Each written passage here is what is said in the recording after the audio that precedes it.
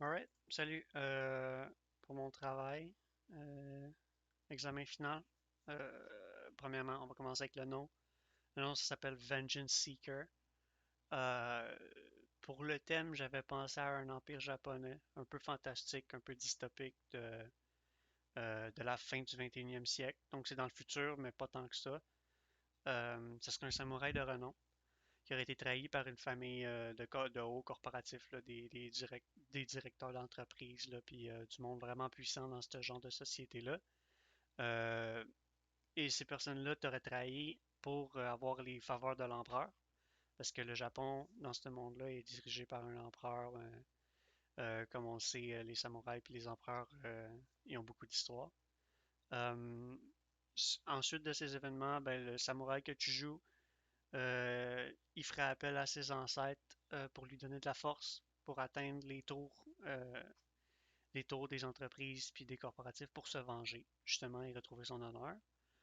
Euh, En cours de chemin, il va y avoir énormément d'obstacles. Ce périple-là, il est difficile. Le jeu puis les segments que j'ai fait, j'y trouve, genre, quand tu mets bout à bout, ça devient un peu overwhelming au bout d'un certain temps, là, tu sais, quand le jeu il accélère, ça devient difficile.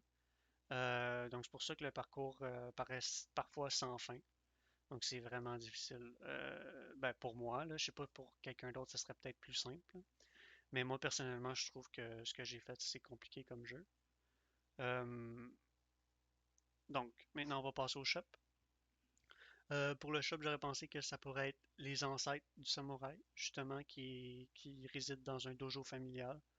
Le dojo est rempli d'âmes de ses ancêtres, puis tu peux négocier avec tes ancêtres pour qu'ils te donnent leur force. Justement, tu vas négocier avec la soft currency. La soft currency qui sont des soul coins. Les soul coins, c'est des petits médaillons de jade que tu vas ramasser partout dans tes runs. C'est la soft currency, là. Il pourrait même y avoir un effet spécial dessus, mais mon jeu, c'est encore un prototype, c'est pas tout à fait ça. Euh, donc, les joueurs pourraient obtenir la currency juste en jouant ou avec des daily logins, des daily quests. Il pourrait aussi avoir un système de passe premium où c'est que quand tu achètes la passe premium qui pourrait être de 5$ par mois, c'est juste une estimation, là, ça serait que tes 10 premières runs, euh, les 10 premières runs de la journée, ils deviennent soit double soul coin ou triple soul coin. Donc, ça serait une bonne manière de pouvoir expédier rapidement. 10 runs, ça prend à peu près quoi? Tout dépendant de comment t'es bon ou pas, ça prend quoi? 20 minutes, 20 minutes, 15 minutes. Donc, pour ces 15 minutes-là, tu pourrais doubler la value de ta soft currency que tu ramasses. Maintenant, on va passer au power-up. Les power-up, il y a bien évidemment le Double Soul Coin. Double Soul Coin qui pourrait durer 10 minutes, pas 10 minutes, 10 secondes, bien évidemment. Deuxièmement, tu pourrais avoir l'invulnérabilité temporaire. Euh, Soit que le joueur se transforme en esprit pour passer au travers d'un objet ou les objets autour de lui sur une certaine distance juste disparaissent. Comme ça, ça peut lui donner un petit temps pour recover, puis pouvoir planifier son prochain mouvement. Numéro 3, on pourrait avoir le Soul Magnet, où c'est que tu n'as pas besoin de passer où c'est que les coins y sont. Quand tu as ce power-up-là, les coins vont venir à toi, peu importe dans quelle lane ils vont être, puis peu importe dans toi, quelle lane t'es ou quelle altitude t'es. Ensuite, on a le double saut temporaire qui pourrait durer un certain temps, qui te donne un double saut, donc accès à certains mouvements que tu n'as pas naturellement, puis que tu peux accéder à certaines plateformes plus facilement, juste en double sautant au lieu de prendre un chemin qui serait plus difficile. Quatrièmement, on a. Oh non, c'est fini pour les power-ups. Après ça, on a le shop, les upgrades dans le shop, donc les 6 différents upgrades. Premièrement, chaque upgrade sert à un ancêtre. Euh, Chaque ancêtre aura un power-up à te donner. Il faudrait que tu l'achètes avec des soul coins. Euh, ou une hard currency aussi qui pourrait être achetée avec des microtransactions, bien évidemment. Mais ça, c'est un autre sujet. Euh, pour les upgrades dans le shop, numéro un, on a qui augmente la probabilité de chance que les power-up ils pop dans ta run. Ensuite, on aurait numéro 2, augmente le temps de durée des power-up. Donc, mettons le double soul coin qui dure 10 secondes. Et à la place, il durerait toi soit 20 secondes ou 15 secondes. C'est quelque chose de médium, là, de pas trop broken. Là. Puis justement, le 10 secondes sur le double coin, j'ai pas réussi à le faire. Je savais pas c'était quelle note, je me rappelais plus c'était quelle note. Je sais pas si c'était lifespan ou si c'était quelque chose d'autre, mais j'ai pas réussi à le faire malheureusement.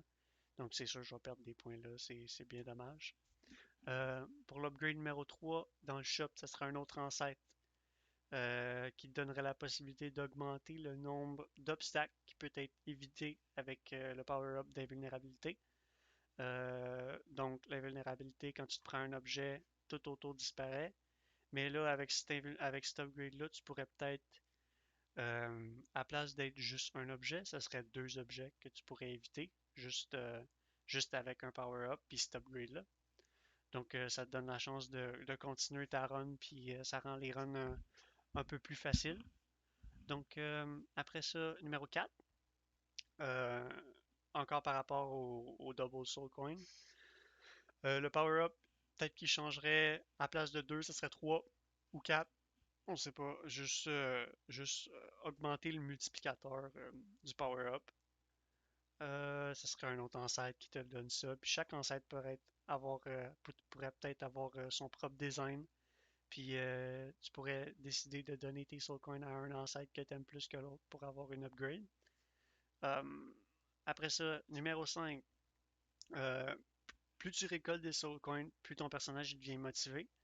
Donc ça voudrait dire qu'après avoir collecté 200 soul coins, ce qui deviendrait plutôt facile avec les autres upgrades, puis les power-ups, puis si tu as de la bonne RNG, euh, ton personnage, si admettons tu te prends un objet puis ta run est finie, tu pourrais avoir la chance de cliquer sur un autre bouton puis de continuer ta run avec tes 200 soul coins parce que ton personnage est assez motivé puis qu'il veut continuer puis il pop dans une rage puis là il continue puis après ça il redevient normal puis tu continues ta run là, juste pour pouvoir augmenter ton high score ou ramasser plus de coins ou justement tu vas aller plus loin puis tu penses que tu peux vraiment continuer, puis genre, si t'es mort pour quelque chose de stupide, puis là, tu veux juste continuer.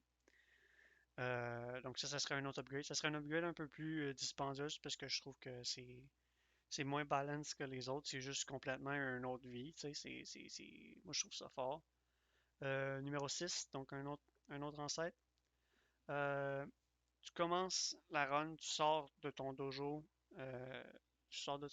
puis tu as un de tes ancêtres qui te sert de bouclier, qui pourrait peut-être prendre un objet à ta place, puis vraiment faire en sorte que juste les objets que juste tu t'avais pas vu ou genre juste une erreur d'inattention, ça pourrait juste euh, take away le shield, puis juste tu peux continuer ta run. C'est comme une invulnérabilité, donc tu pourrais stack les invulnérabilités, plus tu as d'upgrade, plus tu deviens fort, plus tu peux aller loin, plus tu peux continuer. Donc je trouvais que ces upgrades-là, c'était vraiment agréable. Je vais décider de faire mon post-mortem de ma première session dans la vidéo. Donc, premièrement, euh, j'aimerais remercier l'École de jeux vidéo de Montréal pour m'avoir donné une chance, pour m'avoir donné la chance de poursuivre dans leur programme, puis de vraiment m'améliorer dans ce que je veux faire, puis de vraiment, mais pas vraiment m'améliorer, mais vraiment de me donner une base, puis de vraiment m'encadrer, puis me donner la chance de pouvoir progresser dans ce milieu-là. C'est un milieu de travail que je trouve vraiment agréable.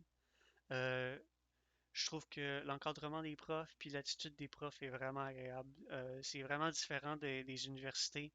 Je me sens vraiment suivi. C'est quelque chose que je trouve tellement mieux que les programmes d'université qui sont offerts dans ce milieu-là.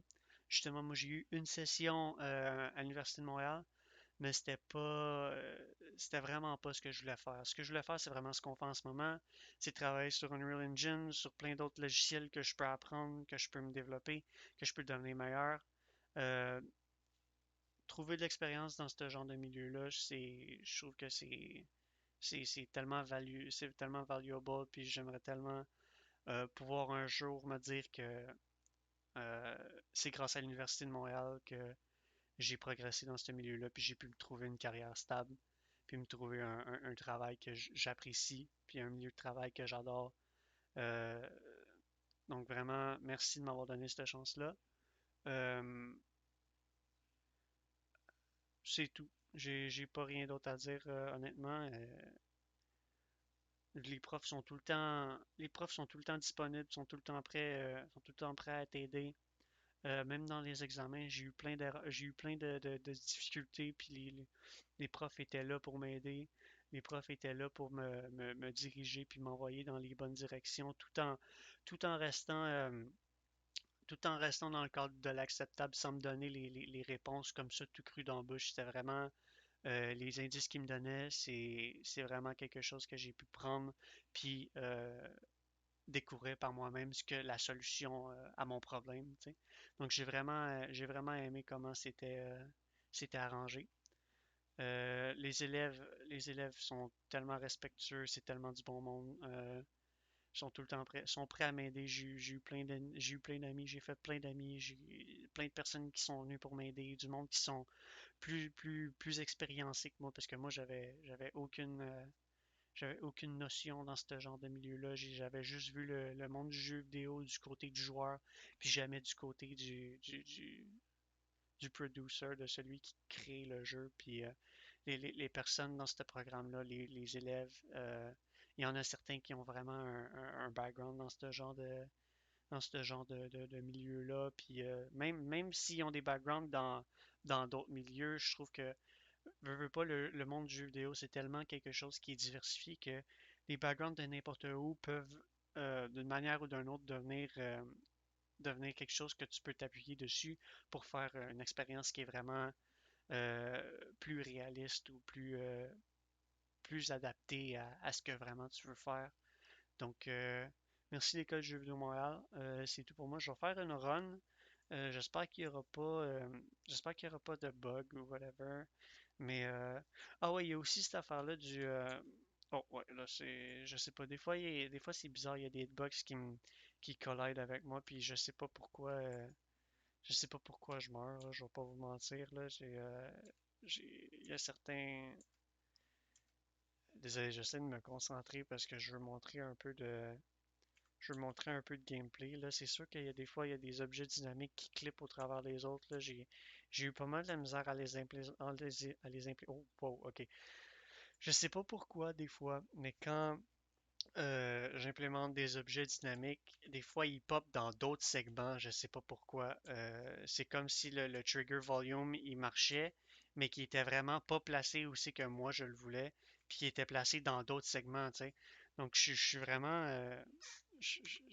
c'est vraiment un prototype. J'ai énormément d'erreurs. Mon background est ridicule, mais j'ai justement j'ai eu beaucoup de problèmes avec mon time management. Il aurait fallu que c'est ma faute là, c'est complètement ma faute. Il aurait fallu que je commence une semaine à l'avance là. Tu sais, j'ai rien fait pendant une semaine. Là. J'ai été con de faire ça là. J'ai rien fait pendant une semaine. On avait 2 semaines pour le faire, puis j'ai mal managé mon temps. J'ai appris ma leçon, ça arrivera plus. Euh, Désolé pour le rendu qui est un peu comme ça. Là. Je sais pas. Il y a côté programmation visuelle, la plupart des affaires j'ai réussi. Côté widget, c'était comme ça encore, mais je sais que j'aurais pu faire mieux si j'avais commencé à en faire un petit peu par petit peu dans la première semaine où c'est qu'on a eu où c'est qu'on a eu nos consignes. Il aurait vraiment fallu que je manage mon temps. Mais merci de me donner cette opportunité-là. Puis passez un bon temps des fêtes.